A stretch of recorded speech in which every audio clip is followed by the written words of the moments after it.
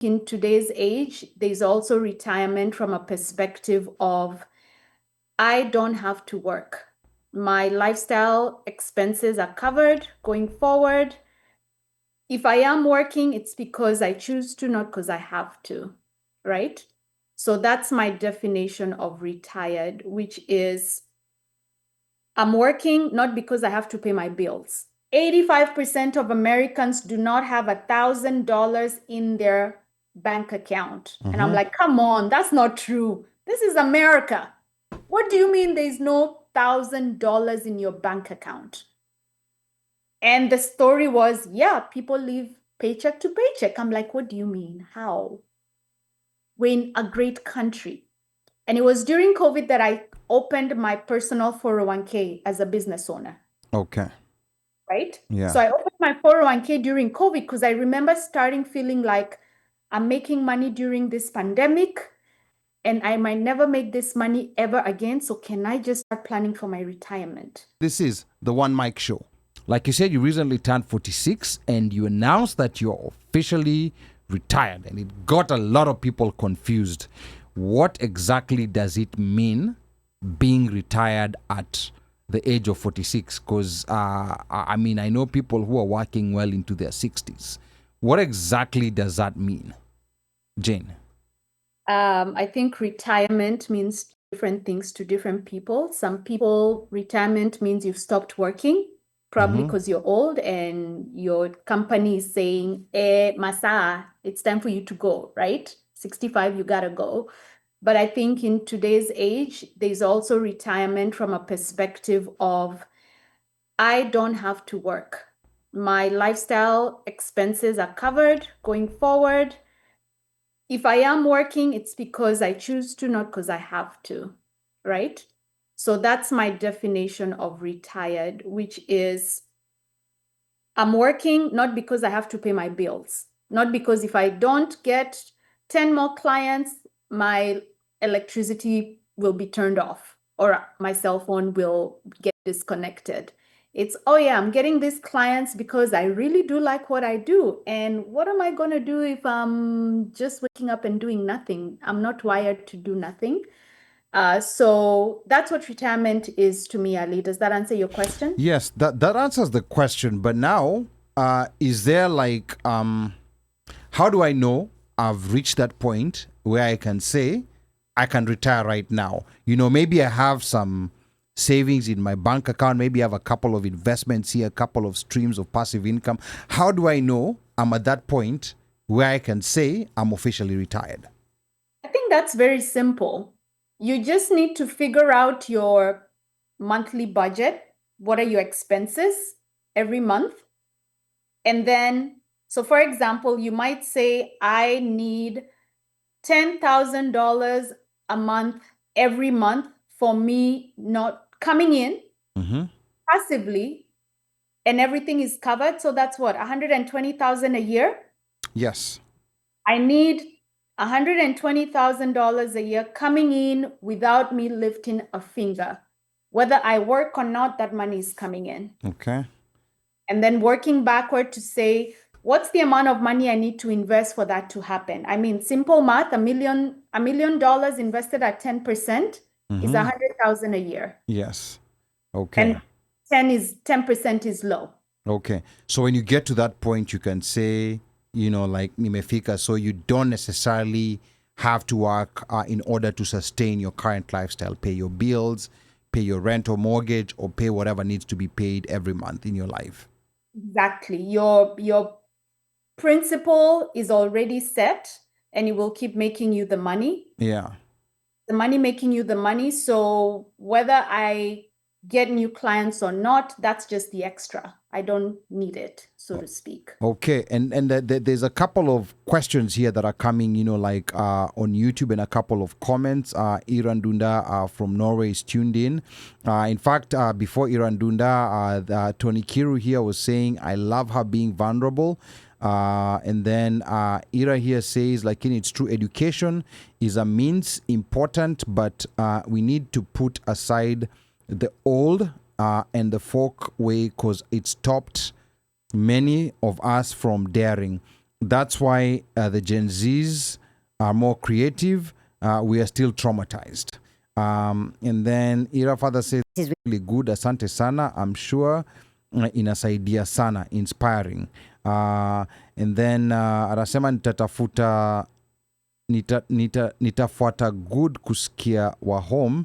We own it kabisa. Lazima we check this out. Impress sana. I'm annoyed being a sports guy. Sijajua namtambua sana. Okay.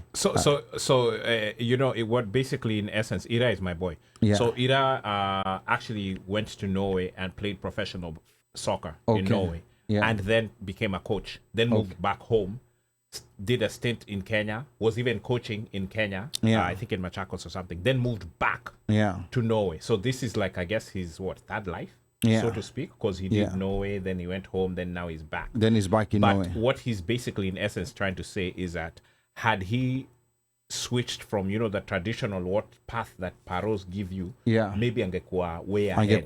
So Jane is inspiring to him when he's looking at it.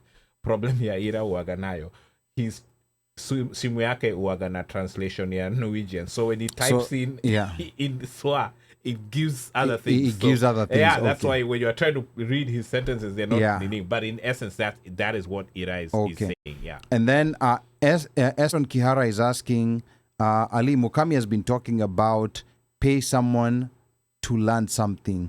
Please dig deeper on this. I think, she really talked about that. So maybe, Eston, if there's a specific question that you want Jane to answer regarding that, just type it in so that we can read it and know. But now back to this retirement part. We live in what's called a hustle culture where we are constantly busy.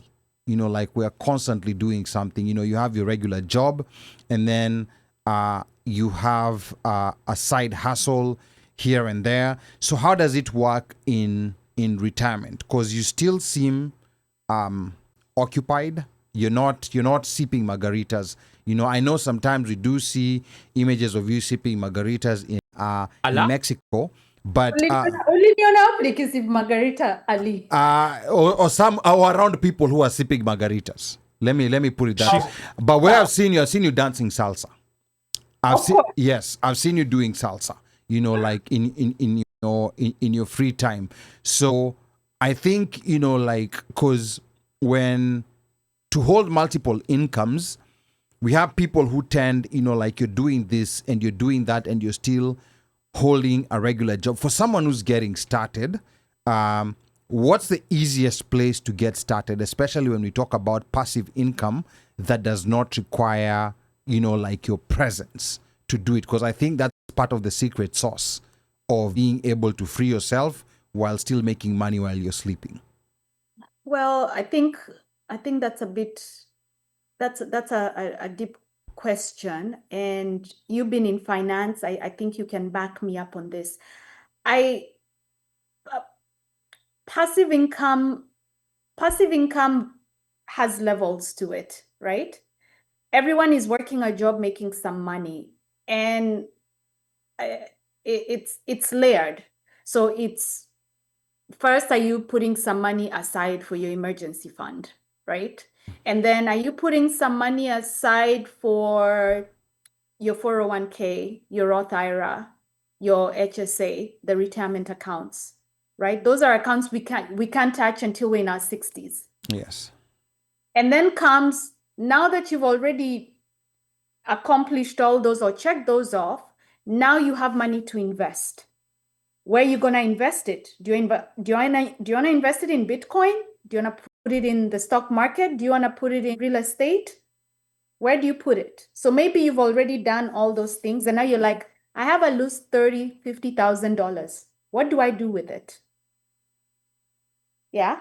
And this is the same position I was in maybe 2 years ago. And going back to a conversation Ali had started about, you're just working to survive. You're trying to get ahead. That was me when I started my business. Remember the trauma that came with how I started my business, being broke and having to take that loan and trying to literally go balls to the wall to make this business kind of lift off or take off. Yeah. I worked so hard that I wasn't looking at the money. And when I paused to look at the money was the time I was like, oh my God, there's 100K in my bank account. And first was guilt because this is a time when everyone's losing jobs. COVID is here. We don't know what's happening. And I'm like, gosh, I'm making so much money. And there's strife in the world, right? Then comes more grind, more grind, more grind, more grind, more grind.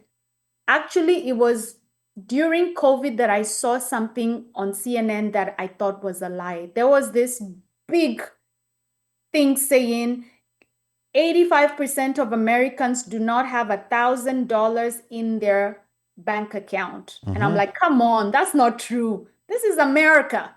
What do you mean there's no $1,000 in your bank account?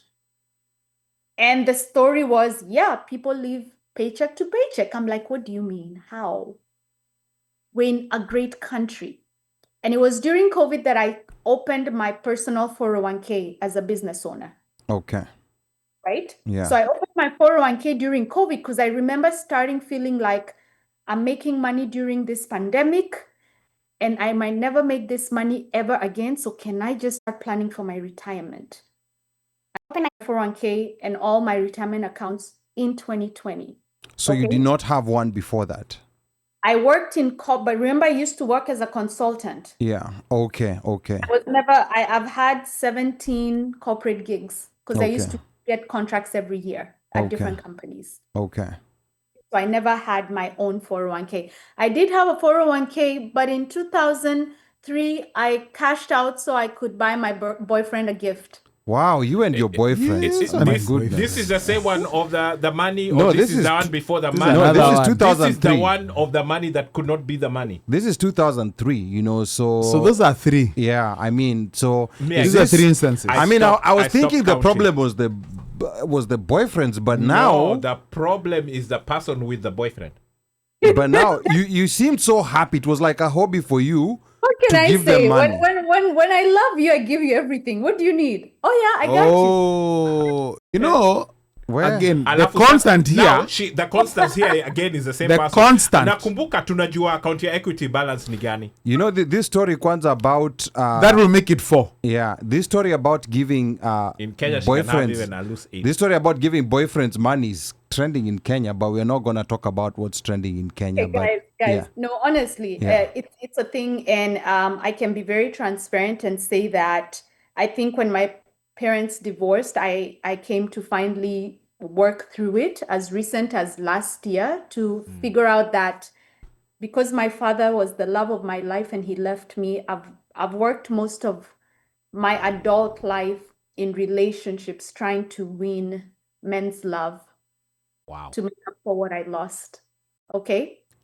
So now I know why men and money in my life has been an issue. I've been single for 3 years for a reason, because I needed to work on a lot of things. I'm still working through them. But it's what's gotten me here to understanding and unpacking my personal father wound and how that translates in my relationship and why I'm so giving when it wasn't right. And hey, what can I say? Life hasn't been easy, but here I am.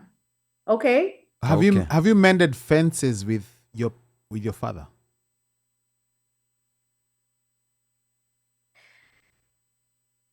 When my parents split up, my mother took me and my brother. But it's funny you bring it up because the day I left Kenya, I saw my father. Oh, wow. First time in a long time, or? Let's say my parents divorced when I was 13. How many years ago is that? 30? Oh, let's just say 30. Yeah. No, 20. 33. Yeah, 33 years. Yeah. I interacted with him maybe 15 years ago, very briefly, but this time I'm the one who reached out to him and I got to spend some time with him. Oh, that is nice. Was that good? And the reason I'm asking, the reason I ask this is I can understand your position, but I'm a son. And me and my father had the first time I met my dad was, I think it was during COVID. Oh, wow. When we were in Kenya, 2020, 22.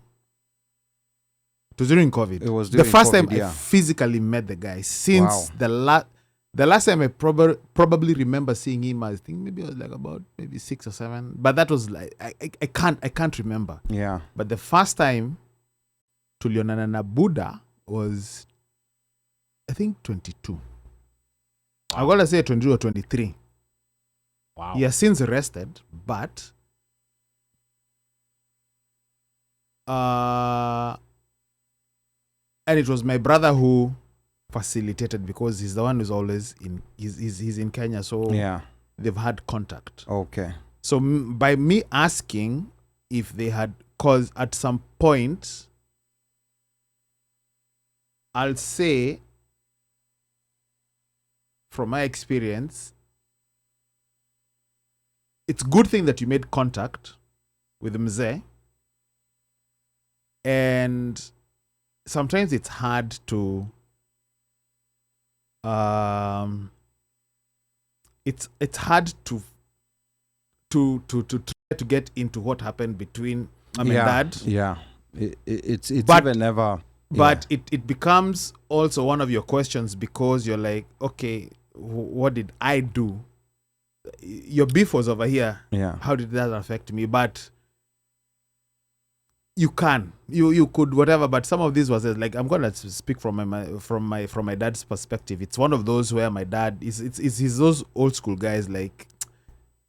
But towards, as he grew older, he became a little bit more open, a little bit more relaxed, chilled, or whatever. But I never really did get to. It's because of what I was feeling then. Yeah. I never. And intention was to actually explore more. Just never had time. Okay. If you have time and you can, just square that out. Is all I'll say. Okay. From a perspective where I've been in her shoes. You know these things that happen in childhood, and there's no proper understanding of how they would come and affect you into adulthood. Yep. Yeah. So, and now we are at that age where we now fully understand that certain things that happened in our childhood will affect us when we grow older. They have affected us. And I know, Jen, you've talked about being with a therapist. That's one thing that especially African men, kitu inaitwa therapist is a no-go zone. No, but Africans are actually now getting very open to it. It is slowly getting there. They're now getting very but they still know. I mean, I personally think that people are not just resisting it, but most people don't understand. They don't have an understanding of what this can help them with. They don't see the purpose of the use, and it's not just an African thing. It's also, I mean, there are African American or American European men who also. I think it's more a male ego thing where I don't need to talk to anyone. Yeah. I can solve this on my own. I don't need that external party. Yeah. So I think it's a global thing. There are also women who are still not fully there, but we're slowly changing that. Now, Jane, let me ask you before Ali asks his next question. So, when you reached out, how was that? How was the interaction? I mean, it wasn't. I think I was very clear, and I owe this to one of my cousins on my dad's side of the family who I had coffee with, and he encouraged me to do it. Good. It's something that my mother had kind of always mentioned, and I'd always be like, why do you want me to meet up with this man? This man, emotionally, physically abused you, bait you up. I saw you bleeding. Why would you ask me to go look for him?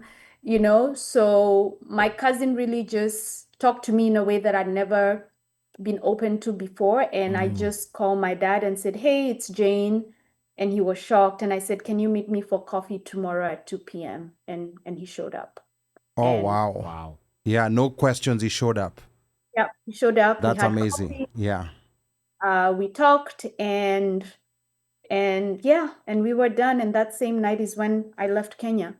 Oh wow! I mean that was actually, I would say, that's a very fruitful trip, because it closes certain gaps that maybe you had Certain boxes are mentally, checked. and check certain boxes. So we hope that that develops better. But now, Jane, before we forget, as we're rolling in, on YouTube, before you switch, this Sue O is asking Jane, and I think Sue must be one of Jane's friends. She's asking Jane, since you interact with so many Kenyans through your work and teaching, do you ever feel a bit torn that your closest friends seem to come from other backgrounds, and how do you balance staying connected?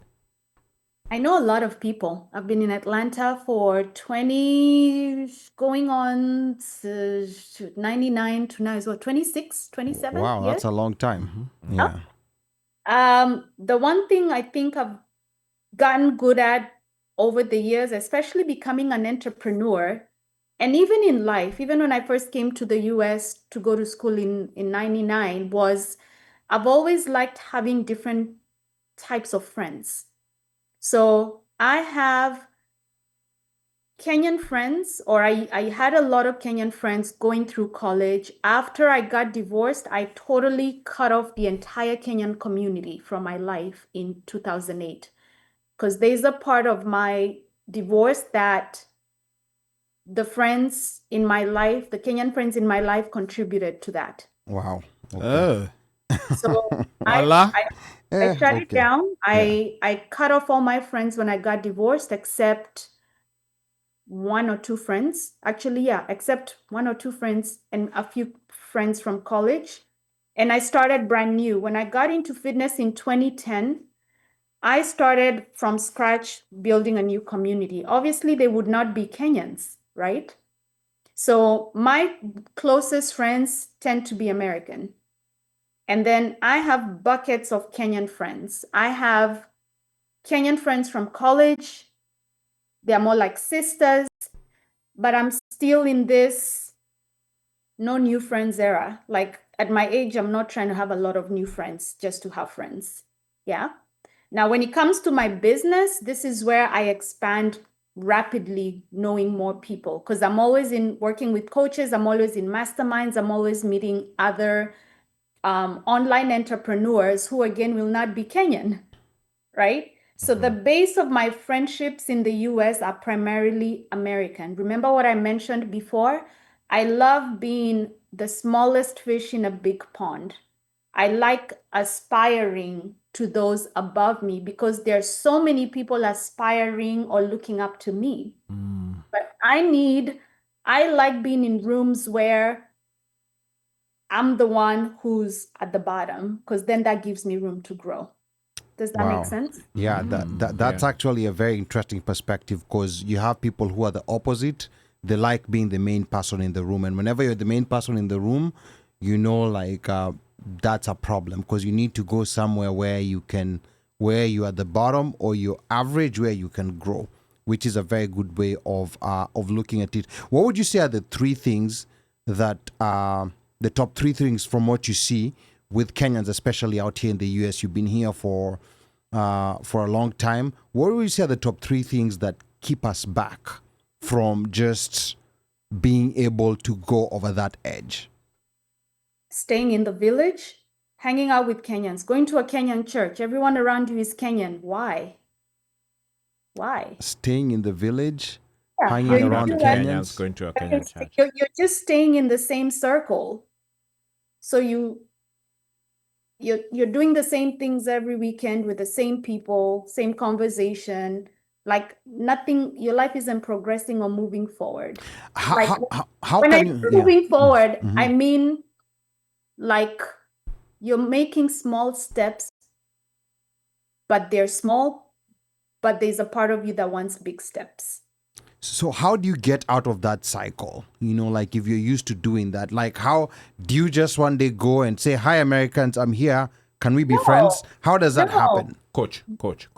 You first could be find someone who will help you get to where you're going, or start going to other places. Like go to a conference by yourself, go to a women's event by yourself, and be friendly, be open, be approachable. Ali was banned from Kwitu. I don't think he can do that.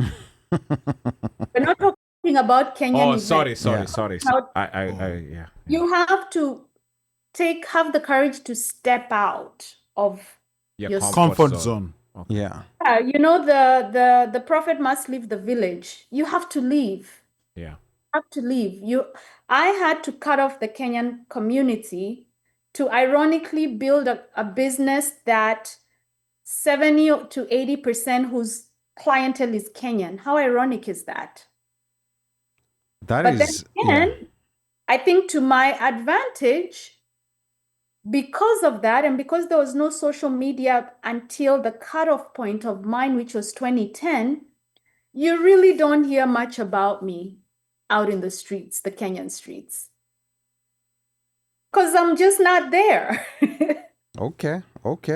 I'm not there. So get out of the Kenyan streets is one of the secrets. Go somewhere else, start from scratch. And I'm not saying move cities, but just start making, it all starts with what do you want?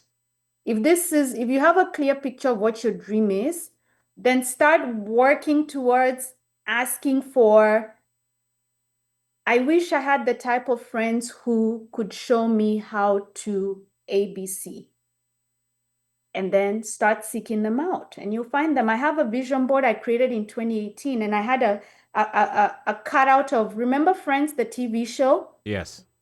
It was on my vision board, and I put it there, and I said, I want to find friends who love to travel, who are entrepreneurs, who meet up for amazing dinners and lunches. And literally in 10 months, I had started meeting those people. But I was clear on what I wanted, right? So it just all doesn't fall in place. There has to be a bit of intentionality. So yes, I don't have a wide Kenyan community as far as people who I call my real friends. I have a small, intimate group, a nice small group. I have way more friends who are African American or American, just because over the last 15 years, that's who I've spent most of my time with. Yeah. And not to mention the communities I'm in for business masterminds, even down to me retiring. That's a result of me working with an extremely successful wealth coach that I found on Instagram. And I followed her for 2 years. And I remember the first time I spoke to her, I wasn't making enough money for me to be my client. And then I went back to her a year ago. And she's a big part of why I'm now retired, because she's the one who helped me figure out where to invest, what deals are the best, introducing me to private equity, what it takes to invest in those deals that are not open for everybody. Yes. Again, consistently, I think you can see the messages. I'm no longer afraid to pay people for them to take me from point A to point B, which a lot of people are mentally not set up that way. They're only comfortable if they're taking a loan or taking money to pay for regular education. Most people don't have a problem with that. Yeah, that is very true. And Apa Washeke is saying, boyfriends are Jane Mukami's Achilles heel. And that's why they like, let me tell you, it's been 3 years of peace and joy and prosperity, okay? Wow, okay. Hiyo we'll discuss huko nyuma tena. And then Wamahota pa. Yeah. In Jesus name. Wamahota anasema Shetani ashindwe. Wamahota anasema Muturi has become the therapist now. Yeah, Muturi had become therapist hapo for a moment. And then na Wamahota anasema hapo kwa kwenda peke yangu is where I draw the line. I've always wanted to do this thing of traveling alone. I've heard about it, go to a random city and just travel alone and go. I don't know how it works, but it's something that I've wanted to try. I'll in addition to her, I'll add one more name. Yeah. And you will respect Dombolo Yazolo. What about Ndombolo? Dombolo, Stephen Gitaringanga. Yeah. If there's a guy who will pick up and just go anywhere. is that guy. Okay. Huyo msee, maisha is today. So he'll just say, he'll tell you, go here, Google, just go. No, I mean, that's something and that, you were telling us, like, if you want to go to Costa Rica, like 250 return ticket. And you go, there are places you go, and they're next year. And I'm like, Allah? Next year, next bob. $3 bob. $2. Everybody should experience solo travel. It makes you, it changes you, because imagine you're showing up by yourself in a city you know nobody. That was me I left Mexico in June. I came through here for a week. I'd never been to Spain. I went to Barcelona. Never been. I was there for 2 weeks. A week later, I was in Marbella. A week. Nope, don't know anybody. Then I was in Morocco. I was in Egypt. Finally went to a place I know people, Kenya, right? When you travel by yourself, your senses are heightened because you know nobody. There's nobody to ask, oh, what was that hotel name? Also, where are we going to eat? You have to figure that shit out by yourself. True that. Makes you feel, become hyper dependent on yourself, and it forces you to talk to strangers. If not, your mouth will stink. Like, seriously. You go out to dinner, you have the best conversation with the waiter because you're trying to find out, so what are the cool things to do around here? It helps you develop social skills like that. Now, before the let me add before I ask a question. Jerry, remember the rugby fan? Yes. She does the same. Jerry, the one we interviewed earlier this year. She's from Scotland. No. Oh, no. You're talking about that's Tunes. Jerry, from right here. We interviewed both at the same time. She will. You'll see if you follow her on social media. She'll be Amsterdam, Denmark, where. Then she's showing people how to go about shopping. Like, okay, this is what I'm going to do. She even shows people hacks on how to, like, get accommodation. Hostel. I learned about hostels, by the way, from my niece Rehema. She went to Ireland. Hostels. Anyway, that is one.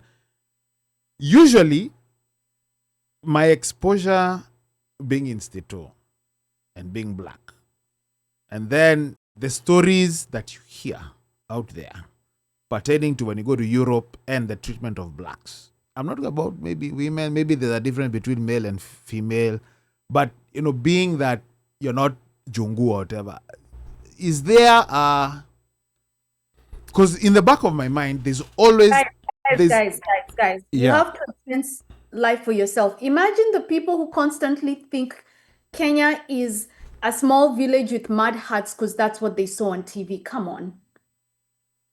You can't believe what you're hearing, seeing, unless you have boots on the ground. But I think Uno's question is the perception of a 6-foot black male.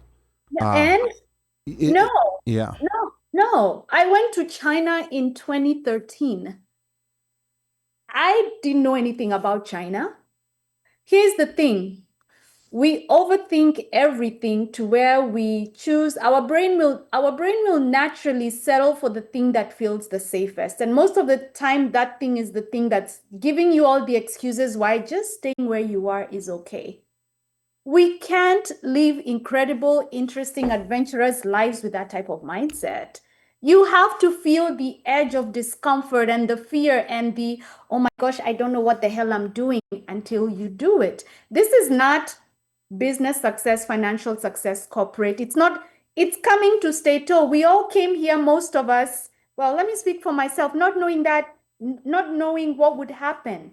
But we came and we figured it out. Okay. All right. Success coach in the Yes. Yeah. So as we get to a close, wrapping up, I think we have a caller, and we do have a caller. Yeah, and then we're gonna get to that story of the $13,000 that disappeared, and then we'll get to wrap up. So, caller. Thank you for calling the One Mic Show. 8056. 8056. Welcome. A name and where you're calling from. John Wangendo calling from Chicago. Oh, wait. You guys are under Siege over there. John Wangendo, guys are under Siege from Mukona National Guard, the military. He's in a bunker. He's in a bunker. Yes. Okay, so. Hata cancel Argentina versus, there was a soccer game. They had to really take it back. Yeah, they took it to Miami because they couldn't sell tickets. Wow. And the way Chicago is soccer dumb. Yeah, people freaked out. Yeah. Wow. Okay. Yeah, we can hear you loud and clear. Talk to us. Yeah. So the only point I wanted to make is, Jane mentioned about how she cut off Kenyans, and how she was saying, like, we feel comfortable. Sometimes we feel just too comfortable amongst ourselves. Nikakumbuka, I became an artist during COVID. So I went to this hotel and I was trying to pitch my artwork. It's a Holiday Inn. And I know the owner is an Indian guy. He owns a string of Holiday Inns and restaurants. I mean, he's super rich. So he sat me down and he told me this. He told me, John, okay, you're from Kenya. When you come to America, don't feel comfortable being amongst your own people. Don't think that you can only do business with your own people. You have to venture out there. And he told me how he started with one hotel, two hotels. He didn't know anybody here. He came here like 60 years ago before there were a lot of Indians. And he told me, the way you've come to my hotel to pitch, that's the way you're supposed to do it in America. Don't fear. This is a large market. Don't feel comfortable just doing business with your fellow Kenyans. Go out there, venture, be a risk taker. That's the word he used. Be a risk taker, and you'll succeed in this country.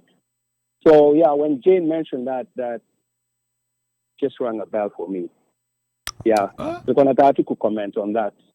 Okay. I think sometimes we just feel too comfortable amongst ourselves. Tunataka to hang out weekends together. Like most of the art shows I do, truthfully, it's mostly Americans who come. It's mostly Americans who buy my artwork. Yes, I invite Kenyans. They come in, one or two. But if I felt like I only have to sell my artwork to Kenyans, I probably, wouldn't do business here. So, yeah. So I think we shouldn't be afraid to kuja tunakuwa too comfortable. We can always, interact with Americans, or Indians, or Chinese, or whatever. And that's how Indians have succeeded here, how the Chinese have succeeded here. Okay. Okay, na tunaambiwa hapa na Washeke that we should have John Wangeno on the show to talk about his artistic endeavor. Yeah, so John, like up at the Kamkunji. You know what you need to do when you feel like dealing with Kenyans, us. Yes, so we are one of that group of Kenyans that we'll have to deal with. Yes, because the Kamkunji has spoken. Once the Kamkunji speaks, then we have no choice. Oh my goodness. Like with Jane Mukami, the Kamkunji spoke so many times. It took us a while, but we finally got years. her. I mean, no. For us, it was 4 years. For Oli, it was 2 years. 2 years and 30 minutes. Yes, 30 minutes. And by the way, I've been following Jane's story, Sana. One thing I like about Jane, she's open about her life, and then she's a risk taker. Yes. I think she does what her heart tells her to do. She doesn't listen to anybody, and I like that about her. Okay. Yeah. So John, before we end, we are gonna let Jen say something to you. So hata wewe pia utasema Jen alikuongelesha. Jen Mukami, talk to John. Okay. By all means. John, thank you so much for sharing, and I'm glad to hear that what I've spoken about resonated, because that's what the Indian guy told you, and it's the 100%. truth.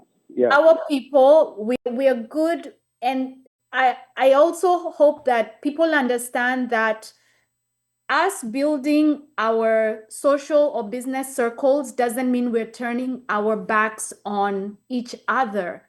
I remember for a long time in Atlanta, I people would say I feel like I'm too good to hang out with Kenyans. And I remember thinking as though I was being made to feel like, I'm only good enough or cool if I hang out with Kenyans, not realizing that they don't understand why they were getting cut off in the first place, right? So we don't owe people explanations, but I think our friends and family who are Kenyan, who understand, who know us and understand our hearts, know that kila mtu hapa, we're all here tunatafuta, right? We're all here trying to make it safe. So if this weekend I'm not hanging out with you all because I went for some random conference and you happen to see on Facebook I talked about it, I don't owe you anything or an explanation to say, oh, Polenis kukuja last week. No. We are all here to pick bits and pieces of culture and create our own blend of what works for us. And for me, I'm a Kenyan girl, I'm a Kenyan woman. I mean, my IG is fit Kenyan girl.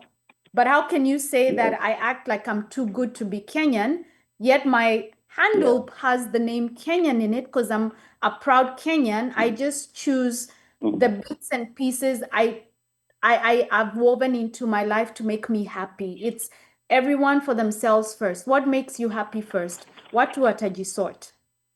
Now, that's true. That's very true. Okay. True. All right, John. So thank you so much for calling. And the Kamkunji has spoken. So we'll be in touch with you. Tutaingia inbox and the Kamkunji has spoken. We have no choice. But we respect if you don't want to holla. Okay. No, but the Kamkunji has spoken. No. Come attack. It's okay. I can always talk about it. Thank you. Yeah. But by the way, is the marathon is on this weekend, right? Chicago Marathon. Is it this weekend? It's this weekend. Yeah. And unfortunately, this year the event that's normally annually was cancelled. But canceled. Yes, but Chicago takuja. By the way, I always come to Chicago. There is one of the biggest it's called ICNA, one of the biggest Muslim conferences is usually in Chicago in December time ya Christmas, because your time, that big convention center, no one is interested in it. So watu na take over your city in December. If I come, nitakuinbox nikulete nikuonyeshe pia watu wengine. Where at the Mukami convention? The Mukami Convention Center, yes. Mukami. Okay. Yes, the Mukami Convention Center. So nikikuja huko December's, we normally go there. So nitakutafuta huko. Kulete, I introduce you to new people you've never met in Chicago. It's a conference that has 40,000 people from different parts of the US. Ni kama ile ya Baltimore. He has 40,000 prospective clients. That's 40,000 prospect, and it's open to anyone. Wow, there we go. And it's open to anyone. So so tutaongea. Thank you so much. Thank you, John. I think Jane is inboxing you 40,000 new. Yes, 40,000 new clients. Yes. Yes. And Jane was calmly sitting. Jane is like, okay, thanks. Yes. Thank you, John. Thanks a lot, guys. Sawa.